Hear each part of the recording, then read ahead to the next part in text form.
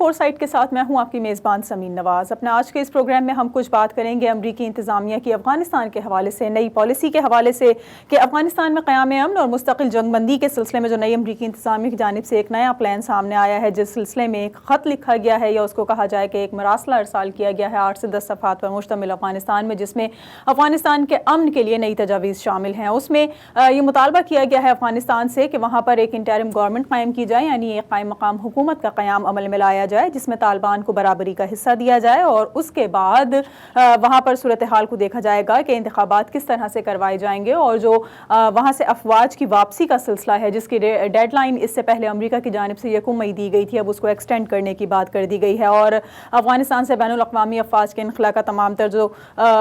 Plan ہے اس کو تبدیل کر دیا گیا ہے، اور یہ کہا گیا ہے کہ اگر اس سچویشن میں اب وہاں سے افواج کی واپسی یقینی بنائی گئی تو نہ صرف یہ کہ افغانستان میں سیکیورٹی کی صورتحال انتہائی تشویشناک ہو جائے گی جو حالیہ کچھ واقعات کے بعد اس وقت پہلے ہی امن و امان کو خراب کرتی ہوئی نظر آ رہی ہے، اس کے علاوہ مزید کچھ علاقے ایسے ہیں افغانستان کے جس پر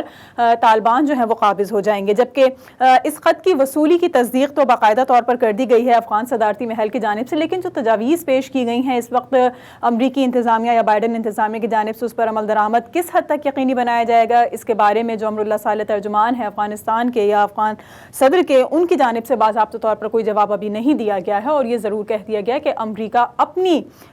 جو صورتحال ہے اس پر تھوڑا غور کرے اور افواج کی واپسی کے حوالے سے جو ہے وہ بات چیت کرے، اور عوام کے جو بات کی جا رہی ہے افغان عوام کے سلسلے میں ان کا یہ کہنا ہے کہ جو ووٹ کی طاقت سے منتخب ہو کر اس وقت حکومت بنی ہے اس کو کوئی ختم نہیں کر سکتا ہے، البتہ طالبان کے ساتھ بات چیت کے لیے تیار ہے افغان حکومت، لیکن زبردستی کسی بھی بات کو وہ ماننے کے لیے راضی نہیں ہے۔ کس حد تک اس پر عمل درآمد ہو سکے گا اور کس طرح سے تمام فریقین متفقہ طور پر اس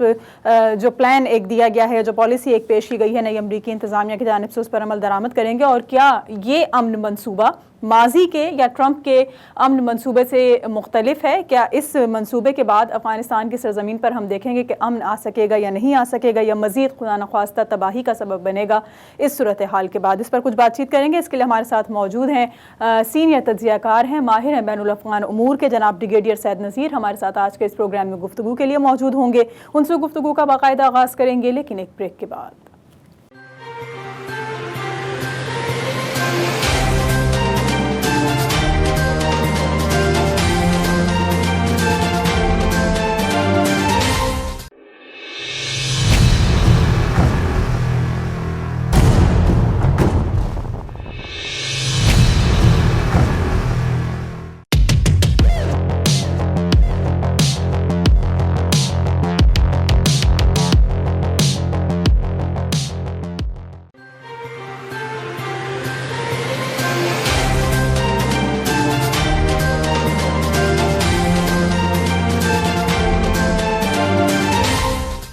ویلکم بیک ناظرین، پروگرام فور سائٹ میں ایک بار پھر آپ کو خوش آمدید کہیں گے۔ افغانستان کے لیے امریکہ کی نئی پالیسی یا نئی انتظامیہ، جو بائیڈن انتظامیہ کی نئی حکمت عملی کے حوالے سے کچھ گفتگو ہم کرنے جا رہے ہیں آج کے اس پروگرام میں۔ بریگیڈیئر سید نذیر، سینئر تجزیہ کار، ماہر بین الافغان امور، سابق سفارتکار ہمارے ساتھ آج کے اس پروگرام میں موجود ہیں۔ بہت شکریہ بریگیڈیئر صاحب، آپ نے وقت دیا سر پروگرام کے لیے۔ جس طرح ہم ذکر کر رہے ہیں تجویز کے حوالے سے جو بائیڈن انتظامیہ کی جانب سے افغانستان کے لیے سامنے آئی ہے، اور ہم کہہ رہے ہیں کہ جو بائیڈن انتظامیہ چاہتی ہے کہ شراکت اقتدار میں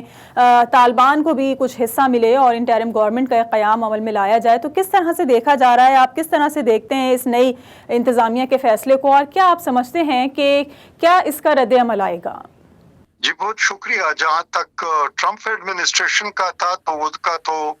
طالبان امریکہ کے درمیان ہوا، جو کہ ایک مائل سٹون ہے، اور اس کو بائیڈن حکومت نے اس کو انڈورس کیا ہے اس لیے کہ وہ 1 مئی کو نکلنا چاہتے ہیں، کیونکہ امریکہ کا جو